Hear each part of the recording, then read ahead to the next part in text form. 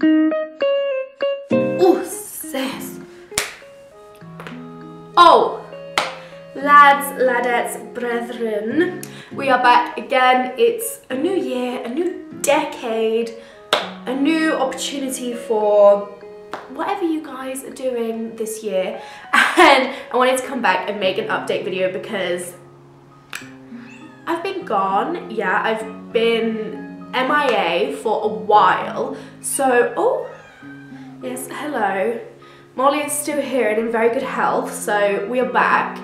And I just wanted to talk about everything that's been going on and what this channel is kind of going to become, and just have a bit of a gossip with you guys because these last 5 or so weeks have been a bit crazy. So let us begin. So first of all, the last video was kind of about, goodbye, okay, bye-bye. The last video was kind of about, you know, 2 stories about boys who wanted me to be their girlfriend, all of this, and then one did actually come along who asked me and I said yes, yay. He literally, as one of my co-workers quite eloquently put it, was the epitome of Jimin. I'll put a picture here. He was gorgeous, tall, beautiful, oh my god. But with that came so many like complexes that I am gonna outline in another video next week. Hopefully I'm gonna do a whole story time about this, because although he was beautiful and looked like Jimin, sis, he had the personality of a slug. Like, he was just not a good person. I think he came from the depths of K-pop hell to tempt me and teach me a lesson. I learned so much from that. So yeah, sis dumped his ass. I couldn't deal with him anymore, and he looked great, but sis, ooh, he was like he was bad. It was bad, but I will tell you like the whole shtick of that. So yeah, once again, the sis is single, and once I was single, I was like, okay, I'm a single Pringle, I can, you know, ooh. So I started to form a crush on someone. You know, it's healthy to have like a schoolgirl crush. Yay, we live it, we love to see it. And then I found out he was married. Love that. Love that he was married. Absolutely love that. We stand that. Am I now considering being a mistress? No, I'm not. I don't believe in those kind of things. But yeah, so on the boy front, as an update from the last video, lol, we went through it, sis, but 2020 is about growth. It's about not caring about looks. It's about caring about the substance of a person. It's about finding a hard-working individual who will complete my bubble. So speaking of my bubble, I have been quite transfixed on this like idea of having my life as a bubble. So I live here in a small city in China, and you know, it can be hard sometimes because you can kind of think, what the hell am I doing here? I feel so lonely, all my friends are back in the UK, blah, blah, blah, blah, blah, blah. But there comes a weird moment where you realize I'm building this bubble, and I started to realize that when I started decorating my apartment, I got my cat, my bubble started to slowly form. So I think this is true for anyone who moves like far away from their family, because when you're close to your family, your bubble is probably your parents, your siblings, maybe your cousins, your friends. But I picked myself out of that bubble and completely threw myself somewhere else.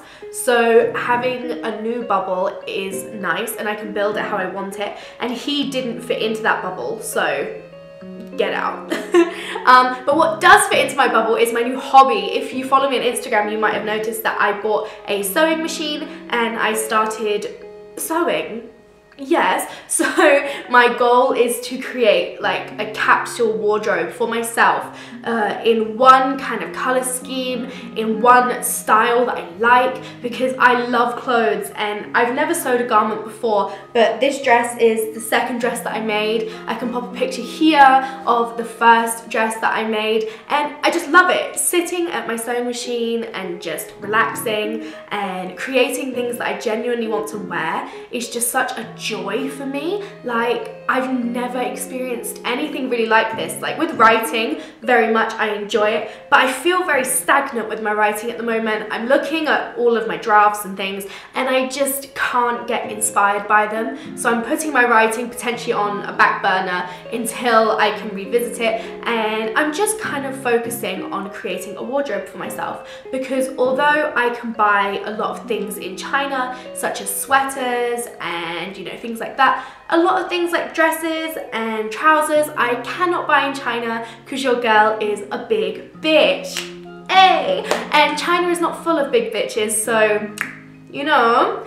But fabric is super cheap in China, and you can really, I feel like I'm exploring my creativity and I'm creating clothes that I'm so excited to wear. And I think back to when I wanted to switch up my wardrobe in the past, and the hundreds of pounds, you know, the thousands of RMB that I spent trying to achieve that, when I could have just bought a sewing machine and created the garments that I wanted to. So yeah, I'm going to be doing some videos focusing on like sewing and fashion and how to kind of morph this hobby and how to create garments that you genuinely want to wear, because I started off with no experience. You know, in high school they taught me how to thread a sewing machine in textile class, but that was about it. So I completely navigated this new hobby myself, and I'm still navigating it. I'm finding different fabrics behave differently, and that can be really difficult. And also how you can start thinking you want one dress, and then halfway through the project you think, actually no, it's going to look better this way. Like this dress started out in the designing stage with buttons down the front, but the fabric wasn't going to work with that, so instead I put the zip and it cinches it all in, and yes sis! So I've had a lot of people ask me how I got into it and how I make things. So yeah, I want to film videos like that for you. And just a kind of general update on my life in China. I forget at least once a day that I live in China. I forget that I'm on the other side of the world. I forget because I'm just inside this bubble now, and it feels good. Like, it feels so good because this feels like my home. When I come home to my cat and my apartment, I just feel a sense of ownership of my life that I haven't felt in quite some time. And I feel like China is making me a better person. I was saying this to my friend the other day. I was saying this to my friend that I'm far less lazy, and that was one of the reasons I wanted to move to China in the first place, was to kind of kick my lazy butt into gear. And now when I'm not working, I'm sewing. When I'm not sewing, I'm designing. When I'm not designing, I'm talking to friends. And I don't really have many moments to just sit and watch a movie or do things like this, which of course I will make time for, but right now it feels so good just to, you know, be productive, and it feels wonderful. And I love this feeling, and I'm feeding off of it. And the funny thing was, I got a DM from a person saying that, you know, I fill my life with the want for a man. And although I kind of resented that DM, in a way, when I first arrived in China, it was probably true. Me grappling my way to try and find this bubble, and I thought a man would be my bubble, and that just simply isn't true. So now that I have all of my hobbies and things like this, I really feel like my bubble will not be completed by a man. It's already completing itself, and it will only be enhanced by a man. So we love that. We love growth. Yay. So where clothes are concerned, the kind of fashion style I'm going for, I have dubbed Hobbit Ho, because I love that kind of hobbity fashion. You can tell this dress and jumper ensemble kind of really gives me that hobbity vibe. I love it. It's kind of vintage inspired, and yeah, so that's what's going to be coming. I know that I'm making this video about 2020 like 3 weeks into January. I'm so sorry, but I have been very busy. I've been working a lot, but next week is the Spring Festival, so maybe I will be able to film some Chinese kind of content for you about the Spring Festival and how I will celebrate it and things like this. I'm gonna see what plans I've got. So yeah, make sure to follow me over on Instagram and Twitter because I'm really trying my best to make those places a good platform for myself. And until next time, have a wonderful week and I will see you soon, and take care of yourself. Bye bye!